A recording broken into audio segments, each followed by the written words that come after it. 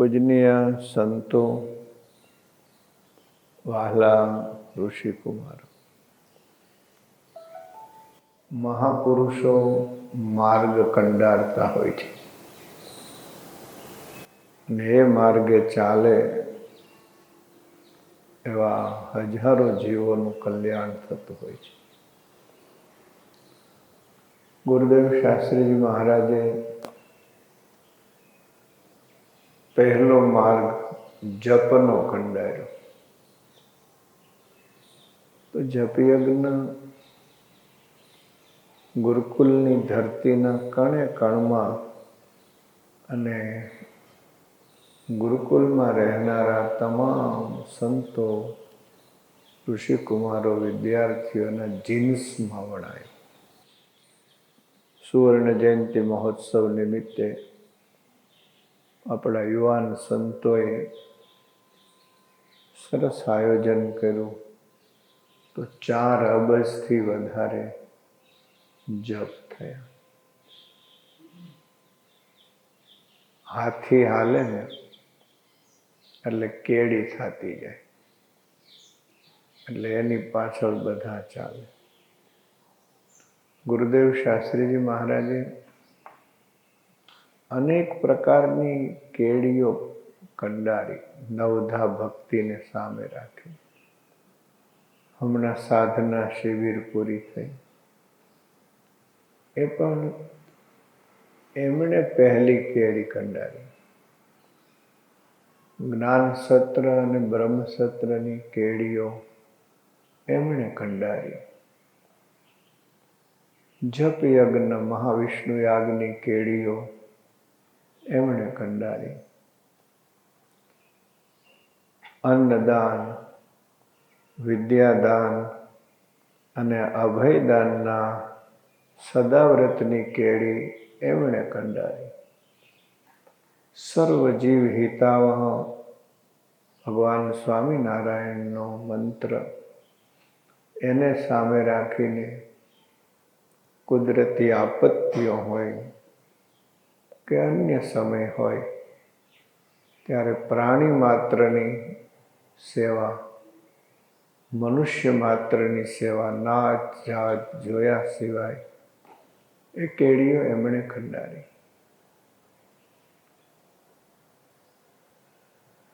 સ્વામીની સાથે જે મહાન સંતો હતા એ પણ ભજનિક સંતો હતા. પુરાણી સ્વામી, મોટા પુરાણી સ્વામી, જોગી સ્વામી, માનદ સ્વામી. માનદ સ્વામી ગુરુદેવ શાસ્ત્રીજી મહારાજના મોટા ગુરુભાઈ થાય, જોગી સ્વામીના ગુરુ થાય. પુરાણી સ્વામી પ્રેમ પ્રકાશ દાસજીના ગુરુ, સ્વામીના મોટા ગુરુભાઈ, સ્વામીના ગુરુના મોટા ગુરુભાઈ કેશવપ્રિદાસ સ્વામીના સાધુ. આ આપણી મંડળની પરંપરા છે. તો માનદ સ્વામીએ આંબળા નીચે અનુષ્ઠાન કરવાની પ્રેરણા કરી. આપણા નાના પુરાણી સ્વામી નાના હતા કે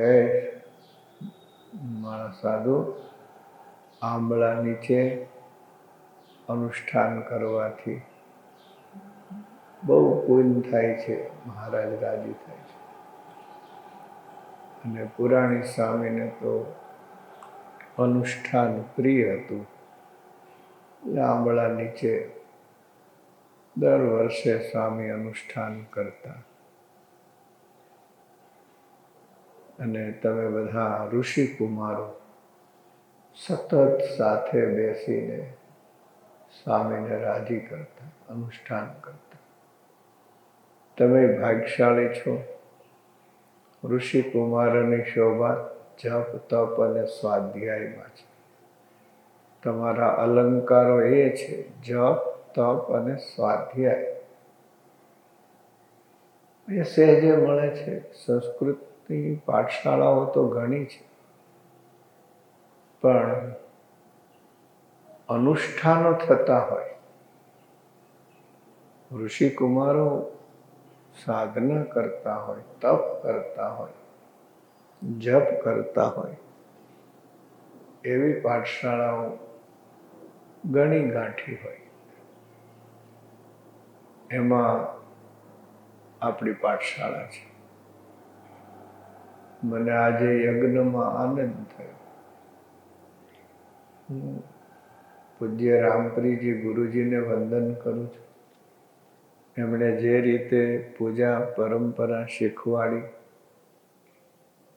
આજે આપણી પાઠશાળા આત્મનિર્ભર બની. આપણા ઋષિકુમારો વિધિવત પૂજન કરાવનારા થયા. અમારે ભગીરથ ચિંતન ગુરુજી પાસેથી તૈયાર થયા. સાથે બીજી ટીમ તૈયાર થઈ રહી છે. એવી સરસ સવારમાં અભિષેકની વિધિ થઈ. તો એ પૂજન કરાવનારા બધા ઋષિકુમારોને આપણે તાલીઓથી વધાવીશું.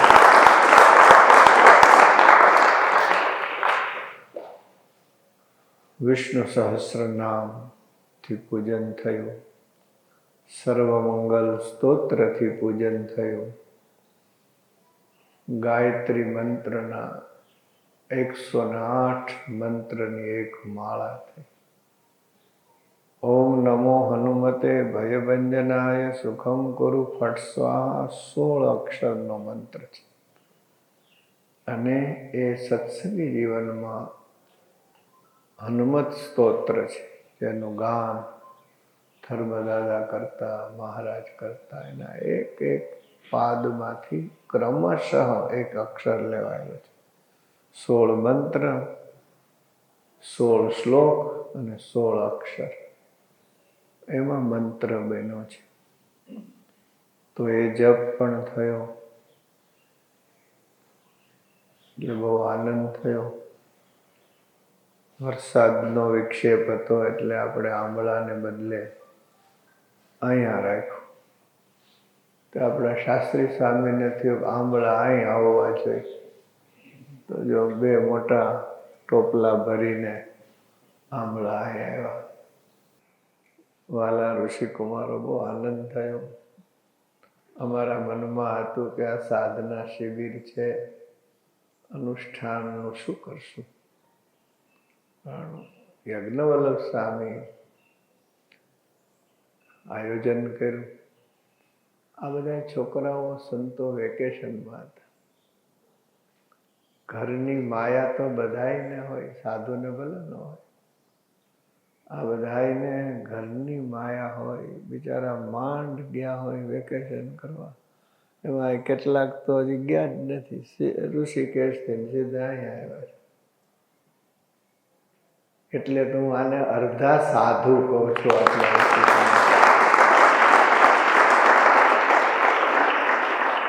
ભગવાન સ્વામિનારાયણની બધા ઉપર કૃપા છે. મોટા સદગુરુ સંતોની કૃપા છે. યજ્ઞવલ્લભ સ્વામીએ આદેશ કર્યો.